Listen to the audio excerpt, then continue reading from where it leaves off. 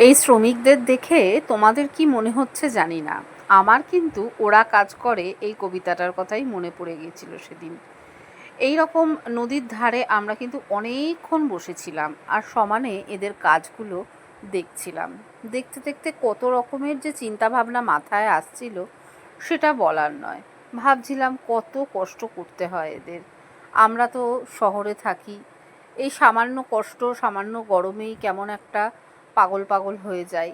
কিন্তু যখন তুমি এরকম প্রত্যন্ত অঞ্চলে গিয়ে দেখবে মানুষ কী ভাবে কী হারে কষ্ট করে, তখন নিজের কষ্টগুলো কিন্তু খুব ছোট হয়ে যায়। জানি না সবাই এইভাবে ভাবে কি না, কিন্তু আমার যেমন আছে, অনেক সময় অনেক জায়গায় বসে অনেক কিছু চিন্তা করি, অনেক গভীরভাবে চিন্তা করি। আর নিজেকে তখন কি ছোট এবং কি ক্ষুদ্র লাগে গোটা পৃথিবীর মাঝে। এই যে নৌকাটি চলে যাচ্ছে, কারা তাতে সওয়ার আছে, কোথায় যাচ্ছে, ইত্যাদি ইত্যাদি মাথার মধ্যে ঘুরতে থাকে। ভাবি একটা নৌকায় সওয়ার হয়ে এত মানুষ একটা কি দুটো মাঝি মল্লার ওপর ডিপেন্ড করে এগিয়ে চলেছে যে যার গন্তব্যে। তাদের এই যে স্থির বিশ্বাস যে ঠিক গন্তব্যে মাঝি মাল্লা আমাকে পৌঁছে দেবে, আমার কিছু হবে না, ঠিক সেই রকমই বিশ্বাস নিয়ে কিন্তু আমরাও বেঁচে থাকি। আর এই বিশ্বাসটা আমরা রাখি ঈশ্বরের ওপর। যার যার আরাধ্য দেবতা, যার যার ধর্মের আস্থাই কিন্তু আমাদের গন্তব্যের দিকে এগিয়ে নিয়ে চলে।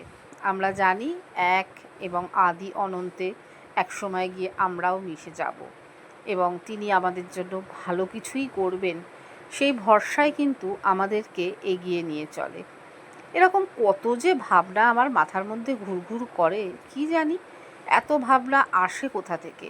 মাঝে মাঝে ভাবি সব ছেড়ে ছুড়ে দিয়ে যদি বেরিয়ে যেতে পারতাম বাড়ি থেকে, আর এই রকম কোনো জায়গায় দিনের পর দিন কাটিয়ে দিতে পারতাম। আবার পরে ভাবি সেটাও হয়তো দিনগত পাপক্ষয় হয়ে যেত, তখন আর এত বড় বড় সুন্দর সুন্দর ভাবনা মাথায় আসতো না। তখন হয়তো বসে বসে ভাবতাম, এই রে ছেলেরা বাড়িতে কি খাচ্ছে কি করছে, ভালো আছে তো। অতই কি সহজ নাকি সংসারের বাধা ফেলে, সংসারের টান ফেলে সব কিছু ছেড়ে অনন্তের দিকে এগিয়ে যাওয়া? একদমই নয়, একটুও নয়। যারা পারে তারাই তো যোগী, তারাই তো যোগী পুরুষ হয়ে ওঠে দিনে দিনে, তাই না? কি যে সব আলফাল বকছি আজকে ভগবানই জানে। যাকে যা মাথায় এলো বক বক করলাম, তোমাদের সাথে শেয়ার করে মনটা একটু হালকা করলাম। তোমাদের ভালো লাগলো কি না জানি না, আমার কিন্তু ভালো লাগলো তোমাদের